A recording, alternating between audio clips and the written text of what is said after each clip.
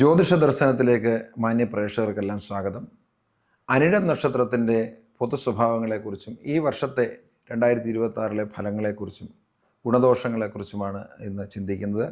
അനിഴം നക്ഷത്രം ഏറ്റവും നല്ല നക്ഷത്രമാണ്, ദേവഗണ നക്ഷത്രമാണ്. പക്ഷേ ഇവർ വളരെ ട്രിക്കിയാണ്, വളരെ കൗശലക്കാരായിട്ട് തന്നെ പെരുമാറുന്ന കൂട്ടത്തിലാണ്. സ്വന്തം കാര്യങ്ങളെല്ലാം എല്ലാവരോടും ഇപ്പോൾ ഒത്തുനിന്ന് സഹകരിക്കുക എടുക്കുകയൊക്കെ ചെയ്യുമെങ്കിലും അവിടെ നിന്ന് സ്കിപ്പ് ചെയ്ത് സ്വന്തം കാര്യങ്ങൾ നേടിയെടുക്കാൻ വളരെ അധികം ബുദ്ധിയോടുകൂടി പെരുമാറുന്നവരാണ്. ഇലഞ്ഞിയാണ് അനിഴം നക്ഷത്രത്തിൻ്റെ വൃക്ഷം, ദേവഗണമാണ്. സാത്വികമായ കർമ്മങ്ങൾക്കും നല്ല ശുഭകരമായ തുടക്കങ്ങൾക്കും ഒക്കെ ഉപയോഗപ്പെടുത്താൻ പറ്റുന്ന നക്ഷത്രമാണിത്.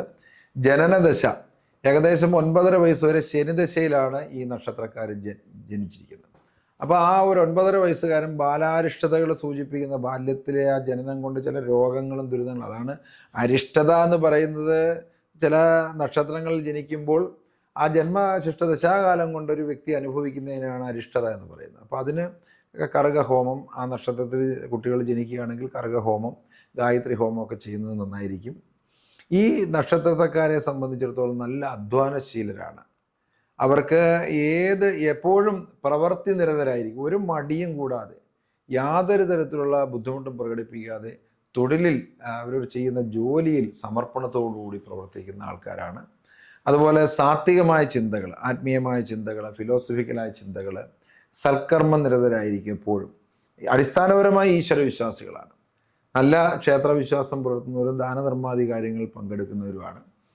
പൊതുമേഖലകളിൽ പ്രവർത്തിക്കുന്നവർ, സാമൂഹ്യ മണ്ഡലത്തിൽ പ്രവർത്തിക്കുന്നവർ, രാഷ്ട്രീയ മണ്ഡലത്തിൽ പ്രവർത്തിക്കുന്നവർക്ക് ഉന്നത സ്ഥാനം കൈവരിക്കാൻ ഉള്ള യോഗം ഈ 2026 ഈ നക്ഷത്രത്തിൻ്റെ ഫലമനുസരിച്ച് അനിഴം നക്ഷത്രത്തിന് കുറച്ച് ദുരിതമുണ്ട്. അതായത് ശനി ആണ് മനസ്ഥാനത്ത് നിൽക്കുന്നത്.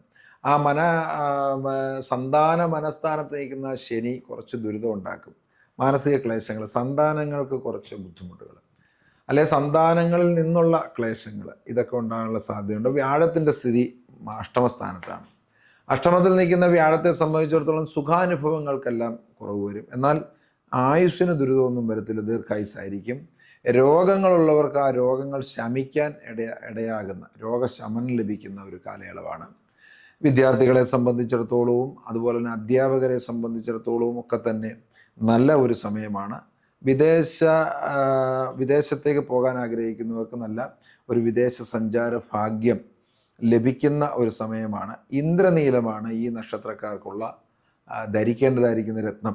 അതുപോലെ തന്നെ ചെവി, ശിരസ്സുമായി ബന്ധപ്പെട്ടുള്ള ഭാഗങ്ങളിൽ രോഗങ്ങൾ, ചെവിക്ക് നട്ടെല്ല് സംബന്ധമായിട്ട്, ത്വക്ക് സംബന്ധമായിട്ടൊക്കെയുള്ള അസുഖങ്ങൾ ഉണ്ടാകാനുള്ള സാധ്യതയുണ്ട്. അല്ലെങ്കിൽ അത്തരത്തിലുള്ള അസുഖങ്ങളുള്ളവർക്ക് അത് മൂർച്ഛിക്കാതിരിക്കാനുള്ള കാര്യങ്ങൾ ചെയ്യണം. ഇവർക്ക് പരിഹാരമായി വേണ്ടത് ശരിക്കും രാഹുവിനെ ഭജിക്കുക, സർപ്പ സംബന്ധമായിരിക്കുന്ന പ്രതിഷ്ഠയുള്ള ക്ഷേത്രങ്ങളിൽ പോവുക. അതുപോലെ തന്നെ ശനി മനസ്ഥാനത്ത് നിൽക്കുന്നതുകൊണ്ട് കൂടുതലും നമശിവായ മന്ത്രം, പഞ്ചാക്ഷരി മന്ത്രം ജപിക്കുന്നത് നല്ലതാണ്. ശിവക്ഷേത്രത്തിൽ ധാരകൾ അർപ്പിക്കുന്നത് നല്ലതാണ്.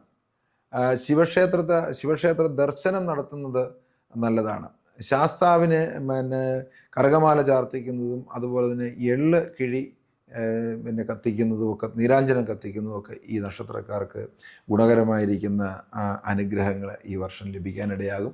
എന്തായാലും മൊത്തത്തിൽ ഒരു സാത്വിക സ്വഭാവമുള്ള നക്ഷത്രമാണ് അനിഴം. ഈ നക്ഷത്രക്കാരുടെ ഈ ഒരു വർഷം കൂടുതലും മെച്ചപ്പെട്ട അനുഭവങ്ങൾ തന്നെയാണ് നിങ്ങളെ കാത്തിരിക്കുന്നത്. കൂടുതൽ വാർത്തകളും വിശേഷങ്ങളും നേരിട്ട് ലഭിക്കാൻ ജനങ്ങളിൽ നിന്ന് ജനങ്ങളിലേക്ക് ജനഭൂമി ന്യൂസ് സബ്സ്ക്രൈബ് ചെയ്യൂ. ബെൽ ബട്ടൺ അമർത്താനും മറക്കരുത്.